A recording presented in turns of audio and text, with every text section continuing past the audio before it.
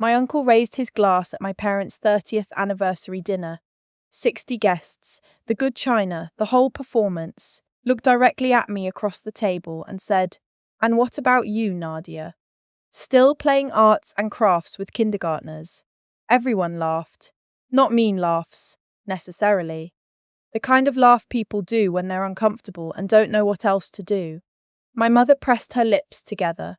My father looked at his wine. I kept eating. My boyfriend, who was sitting beside me, put his hand under the table and found mine. I squeezed back. Neither of us said anything. That was March. By June, everything had changed, and the person who changed it wasn't me.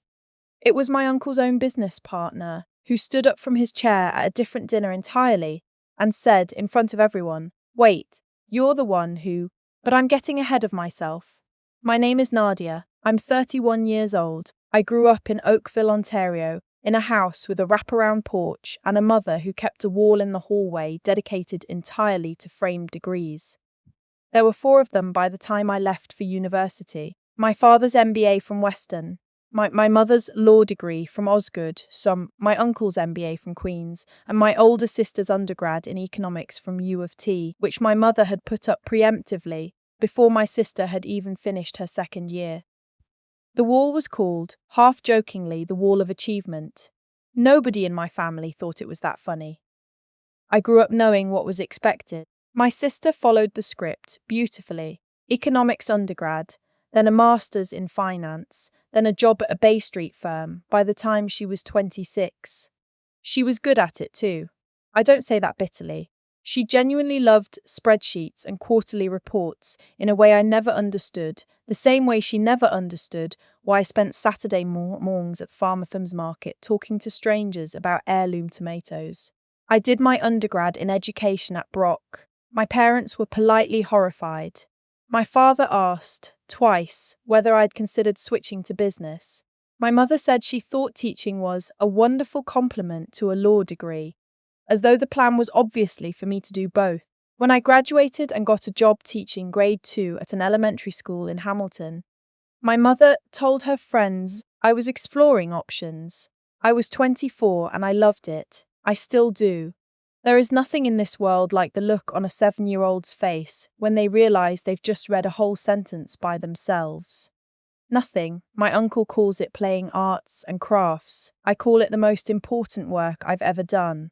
I met my boyfriend at the farmer's market I mentioned, the one my sister called my hobby and my mother called my Saturday thing. It was October 2 years ago, cold enough that I had my hands wrapped around a paper cup of cider someone was handing out as samples. I was standing at a produce stand, genuinely torn between 2 varieties of squash, when a man beside me said, without any preamble, the delicata, every time. I looked at him. He was maybe 10 years older than me, wearing a canvas jacket that had clearly seen real outdoor use, not the kind you buy to look like you've seen real outdoor use. He had the kind of hands you notice, wide and capable, with a small scar across the back of his right one. "You sound very confident for someone who hasn't tasted my cooking," I said. He smiled. Fair point. Though the delicata is still the right answer. His name was Alistair. He had a farm, a real one, not a hobby operation, about 40 minutes outside the city near Elora. About 200 acres, mostly produce, some heritage grain. He'd been farming it since his late 20s, after leaving a career in something he was vague about until he knew me better. He sold at 3 farmers' markets a week and had supply contracts with a handful of restaurants in Guelph and Kitchener. We talked for 20 minutes that first day. I bought the delicata. He was right. We had coffee the following Saturday. By December, we were seeing each other every weekend. By spring, he had a key to my apartment, and I knew the names of all his regular customers, the layout of every field, the precise and slightly obsessive schedule he kept for crop rotation. I loved him. I love him. And I knew, from almost the beginning, that bringing him home to my family was going to be a problem, not because of anything wrong with him, but because of what he did for a living. My family had very fixed ideas about which kinds of work counted. Farming, in their estimation, did not. I put it off for almost a year. My sister's engagement changed the timeline. She got engaged to her boyfriend, A perfectly nice man named Sterling who worked in commercial real estate in January, and my parents immediately began planning the engagement party for March. 60 guests. The anniversary and the engagement party got combined into one event. The way my family combined everything into an opportunity to display success. My mother rented a private room at a restaurant in downtown Toronto. My father made a reservation list that read like a who's who of every professional contact he'd collected in 30 years. You should bring someone, my sister said to me a week before the party. We were on the phone. I could hear her flipping through something, a menu, maybe, or a seating chart. Mum's going to ask. I know, I said. So? Are you seeing anyone? I'd told her a little about Alistair, not everything. She knew there was someone. She didn't know about the farm. His name is Alistair, I said. He works in agriculture. There was a pause. Like agriculture. He has a farm, near Elora. Another pause, longer. Okay, she said in the tone of voice that meant she was already calculating something. Okay, maybe don't lead with that. He's not ashamed of what he does, I said. I know, I'm just saying. You know how Dad gets. I knew how Dad got. I brought Alistair anyway. He was, to his credit, completely unruffled by the whole production. He wore a good jacket, not flashy, just well made, and he shook hands with everyone and asked good questions and laughed at the right moments. He was the kind of person who made other people feel intelligent in conversation, which is a skill you either have or you don't.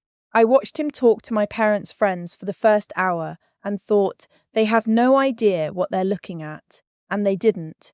They asked what he did, and he said he ran a small agricultural operation outside Guelph, and most of them nodded and moved on. My uncle, my mother's brother, a man named Clifford who ran a logistic consulting firm and had very strong opinions about what constituted a serious career, visibly lost interest in the middle of Alistair's answer and turned to talk to someone else. Dinner was formal, long table, assigned seating. Alistair was seated beside me. My uncle was at the other end, next to my parents, which should have felt safe but didn't. My father stood first, as he always does, and gave a toast to my mother, 30 years, and you deserve every one of them the usual warmth. Then he pivoted to my sister and Sterling. Engagement congratulations, the whole room clapping. It was lovely. It was genuinely lovely, and I was happy for her. Then my uncle stood up. He was in a good mood. He'd had 2 glasses of wine and the attention of the table, and he'd always been the kind of man who performed better with an audience. He toasted my parents, toasted the couple, made a joke about Sterling that got a laugh, and then, settling back slightly, glass still raised, he turned his gaze down the table toward me. And our Nadia, he said, warmly. The way you say something warm right before you say something that isn't. Keeping the arts alive in Hamilton. Still educating the next generation of finger painters. He smiled, looked at Alistair, and this must be the farmer. The word landed the way he meant it to. Flat. Slightly amused. Like he'd said someone collected bottle caps. Alistair, my boyfriend said pleasantly. He didn't stand up. He didn't get defensive. He just said his name. Of course. My uncle waved a hand. Good, honest work. He sat down. The table moved on. I went back to my food. But I heard what came next. Not directed at me, but loud enough. My uncle, to the man beside him, something about, well, you know how it is with Nadia, and a small private laugh, and then something about, though at least the farmer probably grows things that matter. Unlike and I stopped listening. Alistair put his hand on my knee under the table. Just rested it there. Didn't say anything. I cut my salmon into very small pieces and told myself this was fine. It wasn't fine. And the part that wasn't fine wasn't even what my uncle said. I'd heard versions of it my whole life. What wasn't fine was that my parents said nothing. My father looked at his wine. My mother arranged her bracelet. My sister met my eye from across the table and made a small, helpless face. The face that said, I'm sorry, but what do you want me to do? I wanted someone to say something. Nobody did. We stayed through dessert because leaving early would have caused more of a scene than staying. Alistair was, throughout, gracious and present and completely himself. On the drive home, he said, "Your uncle is a man who mistakes a salary for a personality." I laughed, and then I cried a little, and then we got home and he made tea, and we sat on my couch for a long time without saying much. 3 weeks later, my uncle called my father. This is the part of the story I didn't find out about until afterward. But here is what happened. Clifford's consulting firm was in the middle of negotiating a significant supply chain contract. The kind that in Canada often runs through provincial agricultural boards and processing co-ops. He'd been working on it for months. The other party had just pulled out, citing concerns about a particular conflict of interest that had been flagged by a third-party reviewer. The reviewer's name was Alistair, not as a farmer. That was only part of what Alistair did. What I had known for months, but what my family had never bothered to ask about was the other thing. For the past several years, Alistair had served on the board of a non-profit agricultural policy organisation that did independent contract reviews for several provincial supply chain bodies. He had a background in agricultural economics, the career he'd been vague about in the early days of our relationship, that he'd left to return to the land but never entirely abandoned. He reviewed contracts, he flagged conflicts, he had a fairly specific kind of expertise in the precise area where my uncle's firm operated. He hadn't told me the specifics because the review was confidential. I hadn't asked because it wasn't my business to ask. My uncle, when he realised who Alistair was, when the name came up in the paperwork and someone at his firm said, "Wait, isn't that your niece's boyfriend?"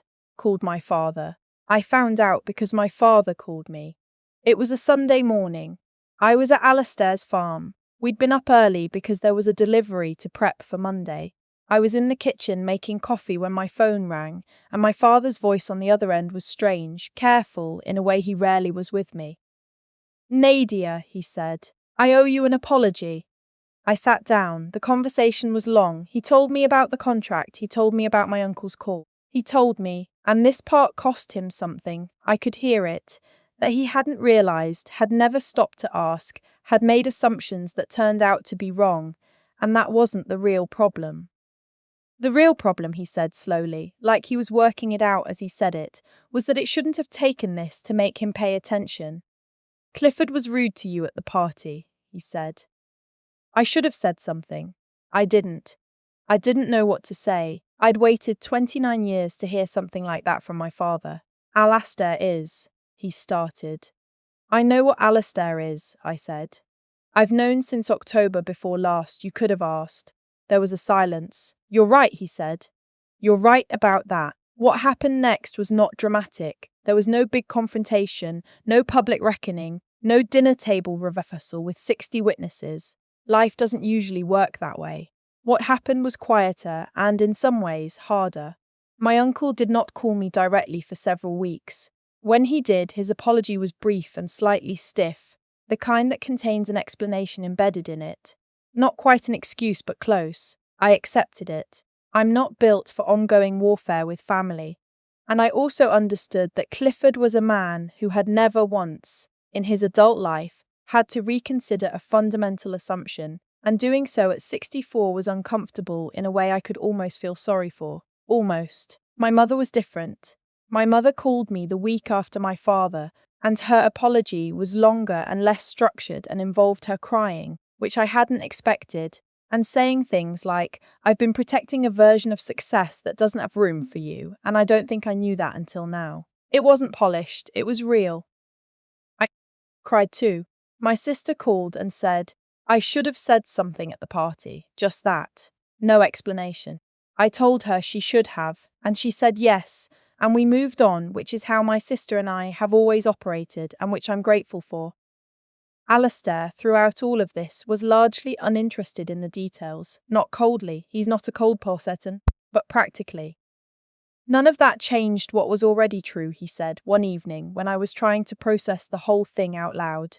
"Your work matters. Your work mattered before any of this. Mine did too." He was right, of course. What changed after everything was subtle. My mother asked me, genuinely, about my students, not a conversational placeholder, but real questions, follow-up questions.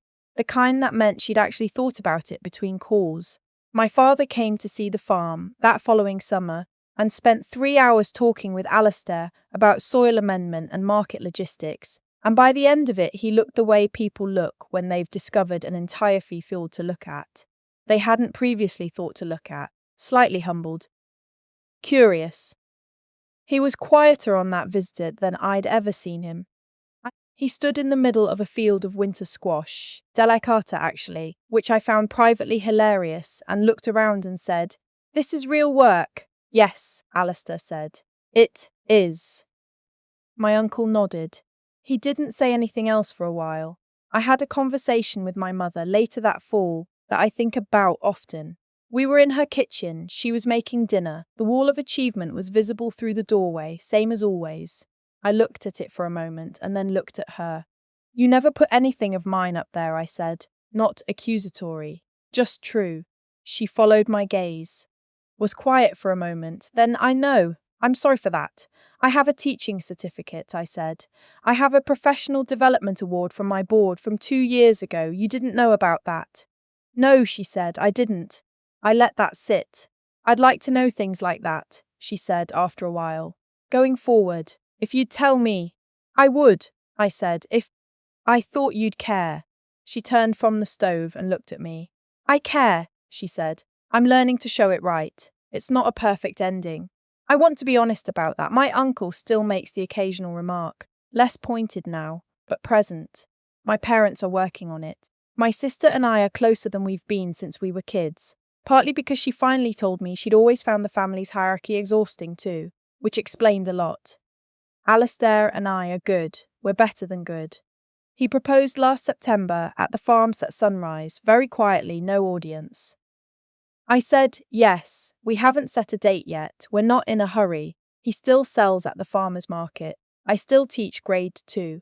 One of my students this year read her first full book, a thin little thing about a dog who loses his ball, and looked up at me when she finished with an expression I can only describe as disbelief at her own capability. I thought, this is what I do.